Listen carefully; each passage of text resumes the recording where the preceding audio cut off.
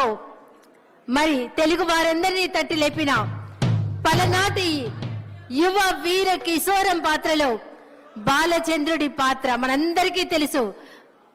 అమాత్యునిగా అంతకు మించినటువంటి గొప్ప నటులు వారి పర్యాటక సాంస్కృతిక సినిమాటోగ్రఫీ మంత్రుల వర్యులు గౌరవనీయులు శ్రీ వెంకటేష్ గారు బాలచంద్రుడు ఏకపాత్రాభినయంతో తదుపరి మన ముందుకు రాబోతున్నారు. అదే రణభేరి. ఈ కుమార్తెలికి ఈ మారణ హోమానికి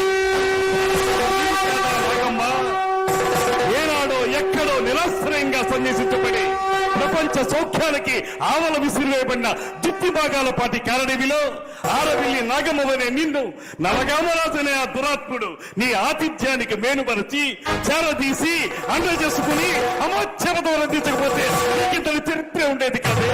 అఖండ పలనాటి సీమ ఖండ ఖండాలుగా నరకబడి అంతఃకలహాలతో రొమ్ము గుతుకుని పోయేది కాదే, రొమ్ము గుతుకుని పోయేది కాదు.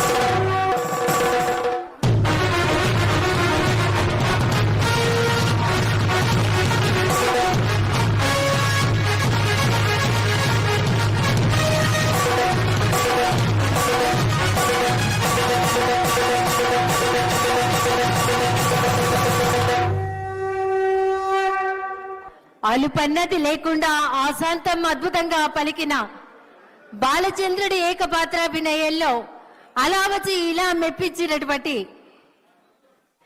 గౌరవ పర్యాటక సాంస్కృతిక సినిమాటోగ్రఫీ మంత్రివర్యులు శ్రీ కందుల దుర్గేష్ గారికి ఒక్కసారి గట్టిగా కర్తవ్య పనులు అందిద్దాం.